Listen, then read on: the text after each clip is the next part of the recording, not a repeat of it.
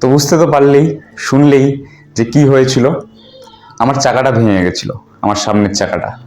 তো যেহেতু তার আগের দিনটা রবিবার ছিল, তো সেদিন তো কোনো কাজ হয়নি। সোমবার দিন সকালে আমরা লেগে পড়লাম আমার R15-এর সামনের চাকার রিম খুঁজতে। প্রথমে গেলাম সার্ভিস সেন্টার, এক জায়গায় গেলাম, সেখানে পেলাম না।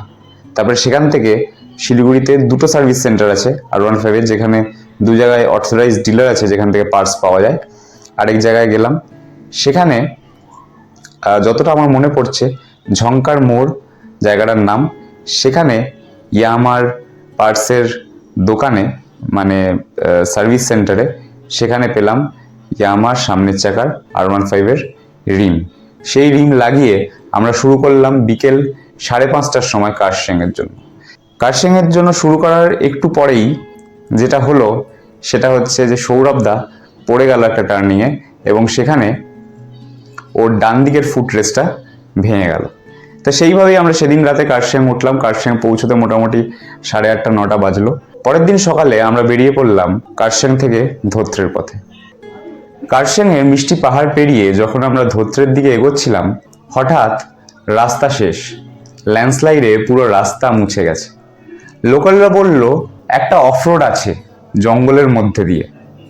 2021 সালে সেই সময় পিছনে ফিরে যাওয়ার কোনো মেন্টালিটি ছিল না, একবারও ভাবিনি পিছনে ফিরে যাব।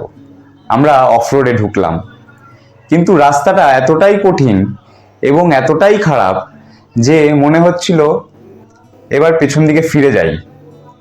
ঠিক তখনই আমরা যখন দাঁড়িয়ে আছি, ভাবছি কিছুক্ষণ একটু জিরিয়ে নিই, কারণ রাস্তাটায় শুধুই পাথর আর পাথর। তো বাইক একবার দাঁড়িয়ে পড়লে সেখানে কিছুতেই ব্যালেন্স করা যাচ্ছে না। তো সেই জন্য কি হচ্ছে, বাইক নয় ডান দিক না হলে বাঁ দিক কোনো একদিকে পড়ে যাচ্ছে।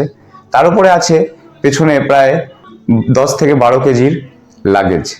তো এই নিয়ে যেহেতু কিছুতেই ম্যানেজ করা যাচ্ছিল না, একটু জিরোচ্ছিলাম একটা ঝর্ণার ধারে। হঠাৎ দেখলাম একজন বাঙালি দাদাকে, মধ্যমগ্রাম থেকে আসছেন তার মেয়েকে নিয়ে পিলিয়ানে বসিয়ে।